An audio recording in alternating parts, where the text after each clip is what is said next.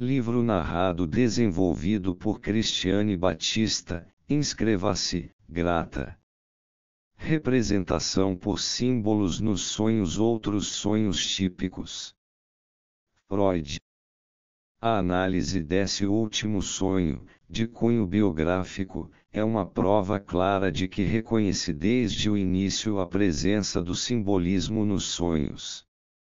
Mas foi apenas gradualmente, e à medida que minha experiência foi aumentando, que cheguei a uma apreciação plena de sua extensão e importância, e o fiz sob a influência das contribuições de Wilhelm Steckel, 1911, sobre quem não será fora de propósito dizer algumas palavras aqui. Esse autor, que talvez tenha prejudicado a psicanálise tanto quanto a beneficiou, trouxe à baila um grande número de traduções insuspeitadas dos símbolos. A princípio, elas foram recebidas com ceticismo, mas depois foram confirmadas em sua maior parte e tiveram de ser aceitas.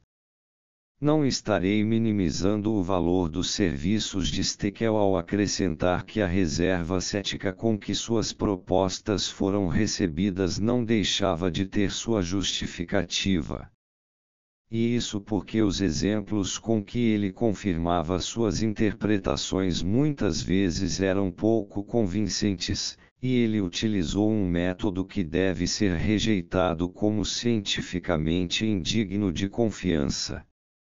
Steckel chegou às suas interpretações dos símbolos por meio da intuição, graças a um dom peculiar para a compreensão direta deles. Mas não se pode contar com a existência desse dom em termos gerais, sua eficácia está isenta de qualquer crítica e, por conseguinte, seus resultados não podem pleitear credibilidade. É como se procurasse basear o diagnóstico das doenças infecciosas nas impressões olfativas recebidas à cabeceira do paciente, embora, indubitavelmente, tenha havido clínicos capazes de realizar mais do que as outras pessoas por meio do sentido do olfato, que geralmente é atrofiado, e que realmente conseguiam diagnosticar um caso de febre entérica através do olfato. Os avanços da experiência psicanalítica chamaram nossa atenção para pacientes que demonstravam esse tipo de compreensão direta do simbolismo onírico num grau surpreendente.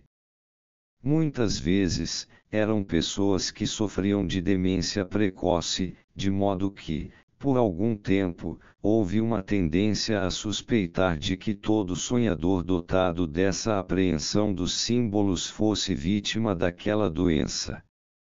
Mas não é esse o caso. Trata-se de um dom ou peculiaridade pessoal que não possui nenhum significado patológico visível. Quando nos familiarizamos com o abundante emprego do simbolismo para representar o material sexual nos sonhos, ficamos propensos a nos perguntar se muitos desses símbolos não ocorrem com um significado fixo, como os logogramas da taquigrafia, e ficamos tentados a elaborar um novo livro dos sonhos, baseados no princípio da decifração. Quanto a esse ponto, há que dizer o seguinte: esse simbolismo não é peculiar aos sonhos, mas é característico da representação inconsciente, em particular no povo, e é encontrado no folclore e nos mitos populares, nas lendas, nas expressões idiomáticas, na sabedoria dos provérbios e nos xistes correntes num grau mais extenso do que nos sonhos. Estaríamos, portanto, indo muito além da esfera da interpretação dos sonhos, se fôssemos fazer justiça à importância dos símbolos e examinar os numerosos problemas, em grande parte ainda não resolvidos, que estão ligados ao conceito de símbolo. Devemos restringir-nos aqui a assinalar que a representação por símbolos encontra-se entre os métodos indiretos de representação, mas que há inúmeras indicações de que não devemos englobá-las com outras formas de representação indireta, sem que sejamos capazes de formar um quadro conceitual claro de suas características distintivas. Em diversos casos, o elemento comum entre um símbolo e o que ele representa é óbvio, em outros, acha-se oculto, e a escolha do símbolo parece enigmática. São justamente estes últimos casos que devem ser capazes de lançar luz sobre o sentido final da relação simbólica, e eles indicam que esta é de natureza genética. As coisas que hoje estão simbolicamente ligadas provavelmente estiveram unidas em épocas pré-históricas pela identidade conceitual e linguística. A relação simbólica parece ser uma relíquia e um marco de identidade anterior. No tocante a isso, podemos observar como, em muitos casos, o emprego de um símbolo comum se estende por mais tempo do que o uso de uma língua comum, como já foi ressaltado por Schubert, 1814. Diversos símbolos são tão antigos quanto a própria linguagem, enquanto outros, por exemplo dirigível, Zeppelin, vão sendo continuamente cunhados inclusive em nossos dias. Os sonhos se valem desse simbolismo para a representação disfarçada de seus pensamentos letontos. Aliás, muitos dos símbolos são, habitualmente ou quase habitualmente, empregados para expressar a mesma coisa. Não obstante, a plasticidade peculiar do material psíquico nunca deve ser esquecida. Muitas vezes, um símbolo tem de ser interpretado em seu sentido próprio, e não simbolicamente, ao passo que, em outras ocasiões, o sonhador pode tirar de suas lembranças particulares o poder de empregar como símbolos sexuais toda espécie de coisas que não são normalmente empregadas como tais. Quando um sonhador dispõe de uma escolha entre diversos símbolos, ele se decide em favor daquele cujo tema está ligado ao restante do material de seus pensamentos, em outras palavras, daquele que tem motivos individuais para sua aceitação, além dos motivos típicos.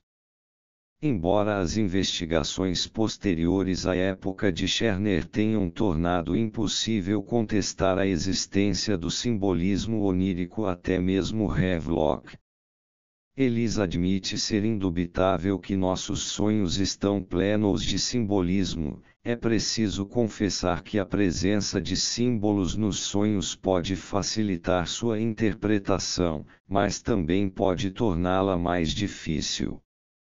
Em geral, a técnica de interpretar segundo as associações livres do sonhador deixa-nos em apuros quando chegamos aos elementos simbólicos do conteúdo do sonho. A consideração pela crítica científica nos proíbe de voltar ao julgamento arbitrário do intérprete de sonhos, tal como era empregado nos tempos antigos e parece ter sido revivido nas interpretações imprudentes de Stekel.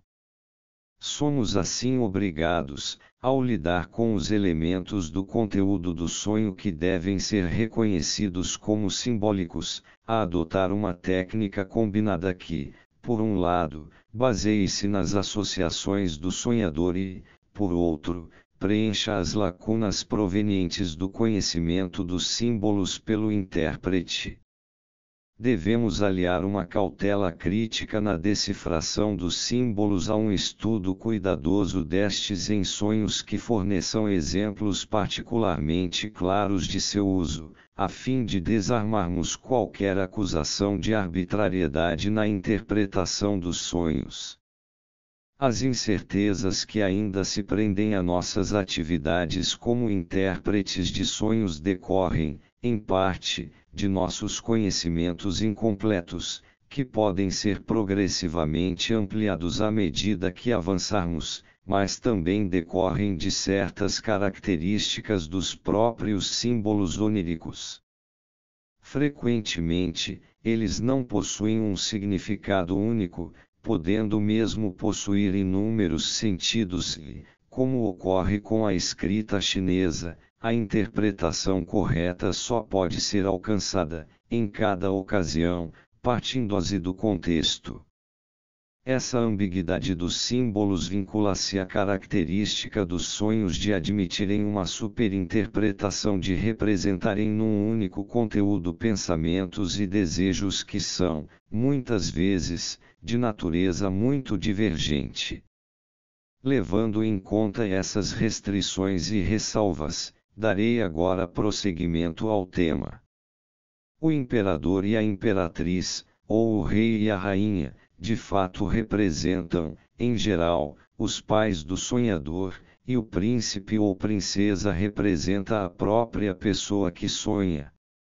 Mas aos grandes homens também é atribuída uma autoridade tão alta quanto a do imperador, e por essa razão Goethe, por exemplo, aparece como um símbolo paterno em alguns sonhos. Eichmann, 1913. Todos os objetos alongados, tais como varas, tracos de árvores e guarda-chuvas, sendo o ato de abrir este último comparável a uma ereção, podem representar o órgão masculino, e pode-se dizer o mesmo de todas as armas longas e afiadas, como facas, punhais e lanças.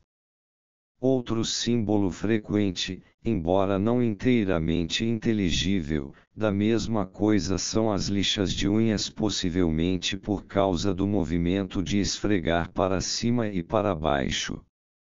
Caixas, estojos, arcas, armários e fornos representam o útero, o mesmo acontecendo com os objetos ocos, navios e toda espécie de recipientes. Os quartos, nos sonhos, costumam ser mulheres, Frauenzimmer, quando as várias entradas e saídas deles também são representadas. Essa interpretação dificilmente fica sujeita a dúvidas. Com respeito a isso, o interesse em saber se o quarto está aberto ou trancado é facilmente inteligível. Confronte com o primeiro sonho de Dora em meu fragmento da análise de um caso de histeria, 1905c. Não há necessidade de designar explicitamente a chave que abre o quarto. Em sua balada do Conde Eberstein, o Lont utilizou o simbolismo de fechaduras e chaves para compor um encantador exemplo de obscenidade. Sonhar que se passa por uma série de cômodos representa um bordel ou um harém. Mas, como demonstrou Sacks através de alguns exemplos claros, essa imagem também pode ser empregada, por antítese, para representar o casamento. Encontramos um vínculo interessante com as investigações sexuais da infância quando alguém sonha com 2 quartos que eram originalmente um, ou quando vê um quarto que lhe é familiar dividido em 2 no sonho, e vice-versa. Na infância, os órgãos genitais femininos e o ânus são considerados uma única área. O traseiro, segundo a teoria da cloaca própria da infância, e só mais tarde é que se faz a descoberta de que essa região do corpo compreende 2 cavidades e orifícios separados. Os degraus, escadas de mão ou escadarias, ou, conforme o caso, subir ou descer por eles, são representações do ato sexual. As paredes lisas pelas quais sobe o sonhador e as fachadas de casas pelas quais ele desce muitas vezes com grande angústia correspondem a corpos humanos eretos, e provavelmente repetem no sonho lembranças de um bebê subindo em seus pais ou na babá. As paredes lisas são homens. Em seu medo, o sonhador frequentemente se agarra a projeções nas fachadas das casas. As mesas postas para a refeição e as tábuas também representam mulheres sem dúvida por antítese, visto que os contornos de seus corpos são eliminados nos símbolos. Madeira parece, por suas conexões linguísticas, representar, de modo geral, material feminino. O nome da Ilha da Madeira significa madeira em português. Visto que cama e mesa constituem o casamento, esta última muitas vezes ocupa o lugar da primeira nos sonhos, e o complexo de ideias sexuais é, na medida do possível, transposto para o complexo de comer. No tocante às peças do vestuário, um chapéu feminino pode muitas vezes ser interpretado sem sombra de dúvida como um órgão genital e, além disso, como o de um homem. O mesmo se aplica a um sobretudo ou casaco em alemão, mantel, embora, neste caso, não fique claro até que ponto o emprego do símbolo se deva a uma assonância verbal.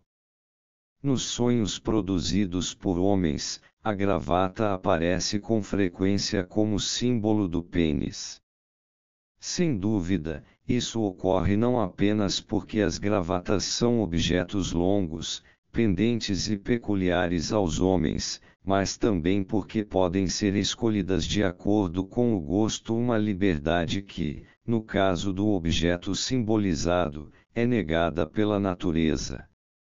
54 Os homens que se valem desse símbolo nos sonhos são muitas vezes ávidos por gravatas na vida real e possuem coleções inteiras delas.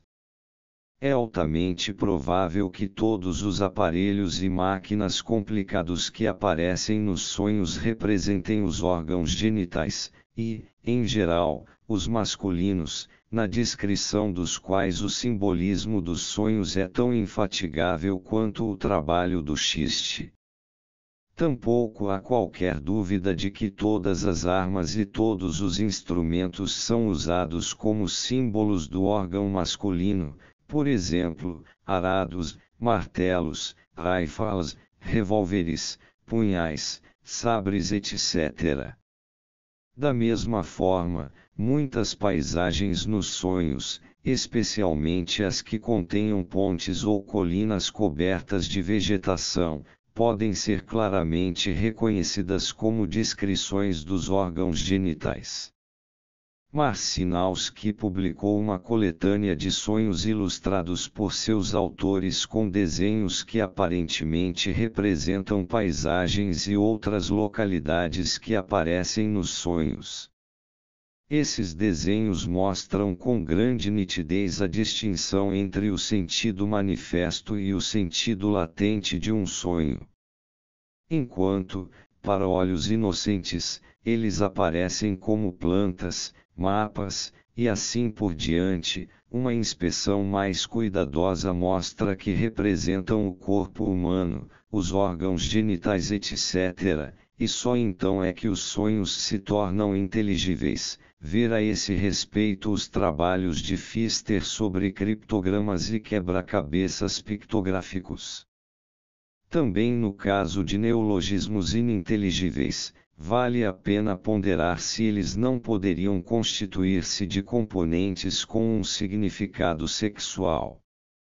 As crianças, nos sonhos, frequentemente representam os órgãos genitais, e, de fato, tanto os homens quanto as mulheres têm o hábito de se referir afetuosamente a seus órgãos genitais como os pequeninos.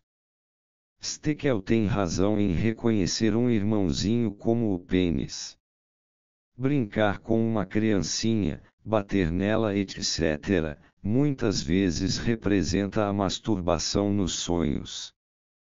Para representar simbolicamente a castração, o trabalho do sonho utiliza a calvície, o corte de cabelos, a queda dos dentes e a decapitação. Quando um dos símbolos comuns do pênis aparece duplicado ou multiplicado num sonho, isso deve ser considerado um rechaço da castração. O aparecimento de lagartos nos sonhos. Animais cujas caudas voltam a crescer quando arrancadas têm o mesmo significado. Confronte com o sonho com lagartos na P29 e seguinte. Muitos dos animais que são utilizados como símbolos genitais na mitologia e no folclore desempenham o mesmo papel nos sonhos, por exemplo, peixes, caracóis, gatos, camundongos, por causa dos pelos pubianos, e, acima de tudo, os símbolos mais importantes do órgão masculino, as cobras. Os animaizinhos e os vermes representam crianças pequenas, por exemplo, irmãos e irmãs indesejados. Ver-se infestado por vermes constitui, muitas vezes, um sinal de gravidez. Um símbolo bem recente do órgão masculino nos sonhos merece menção: o dirigível, cujo uso nesse sentido se justifica por sua relação com voar, bem como, às vezes, por sua forma. Diversos outros símbolos foram apresentados, com exemplos comprobatórios, por Stekel, mas ainda não foram suficientemente verificados. Os escritos de Stekel, e em particular seu Dies Praxidestraumis, 1911, contém a mais completa coleção de interpretações de símbolos. Muitas delas mostram perspicácia, e um exame ulterior demonstrou que estão corretas, por exemplo, sua seção sobre o simbolismo da morte. Mas a falta de senso crítico desse autor e sua tendência à generalização a qualquer preço lançam dúvidas sobre outras de suas interpretações ou as tornam inutilizáveis, de modo que é altamente aconselhável ter cautela ao aceitar suas conclusões. Portanto, contento-me em chamar a atenção apenas para algumas de suas descobertas. Segundo Stekel, direita e esquerda têm, nos sonhos, um sentido ético. A via à direita significa sempre o caminho da retidão e a da esquerda o do crime. Assim, esquerda pode representar homossexualismo, incesto ou perversão e direita pode representar casamento, relações sexuais com uma prostituta e assim por diante, sempre encarados do ponto de vista moral individual do sujeito. Stekel, 1909, p. 466 e seguintes. Os parentes, nos sonhos, geralmente desempenham o papel de órgãos genitais, e Biden, p. 473. Só posso confirmar isso no caso de filhos, filhas e irmãs menores, isto é, apenas na medida em que eles se enquadram na categoria de pequeninos. Por outro lado, deparei com casos indubitáveis em que irmãs simbolizavam os seios e irmãos os hemisférios maiores. Stekel explica que a impossibilidade de alcançar uma carruagem significa tristeza por uma diferença de idade que não se pode superar, e Biden, p. 479. A bagagem com que se viaja é uma carga de pecados, diz ele, que tem um efeito opressivo, loxita. Mas justamente a bagagem muitas vezes se revela como um símbolo inconfundível dos órgãos genitais do próprio sonhador. Stekel também atribui significados simbólicos fixos aos números, tais como com frequência aparecem nos sonhos. Mas essas explicações não parecem ter sido verificadas de forma satisfatória, nem parecem ter uma validade geral, embora as interpretações de Stekel costumem parecer plausíveis nos casos individuais. Seja como for, o número 3 tem sido confirmado em diversos casos como um símbolo dos órgãos genitais masculinos. Uma das generalizações propostas por Stekel diz respeito ao duplo significado dos símbolos genitais. Onde, pergunta ele, haverá um símbolo que, contanto que a imaginação admita isso de algum modo, não possa ser empregado tanto num sentido masculino como feminino? Seja como for, a oração entre travessões elimina grande parte da certeza dessa afirmação, visto que, de fato, a imaginação nem sempre admite isso. Mas penso que vale a pena observar que, em minha experiência, a generalização de Steckel não se sustenta em face da maior complexidade dos fatos.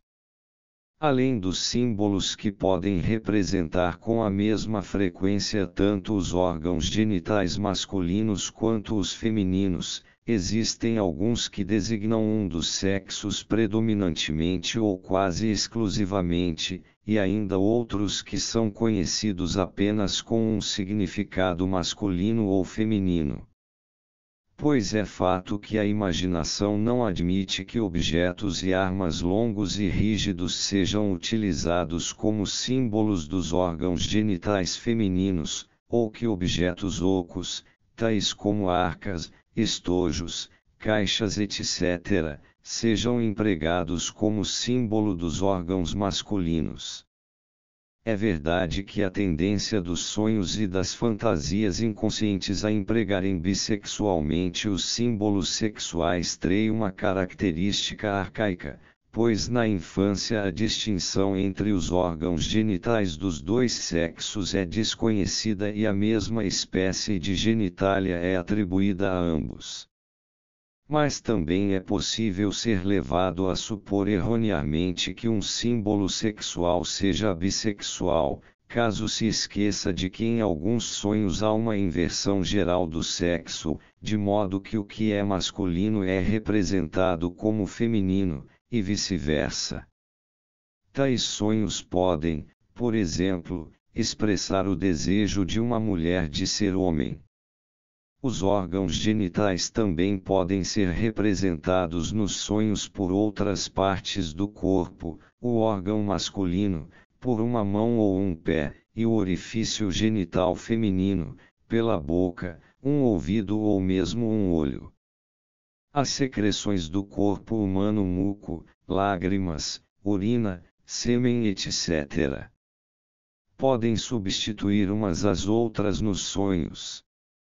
Esta última afirmativa de Steckel, que é correta em termos gerais, foi justificadamente criticada por Hitler, 1913b, segundo o qual ela exigiria uma certa ressalva. O que de fato acontece é que as secreções importantes, como o sêmen, são substituídas por secreções irrelevantes.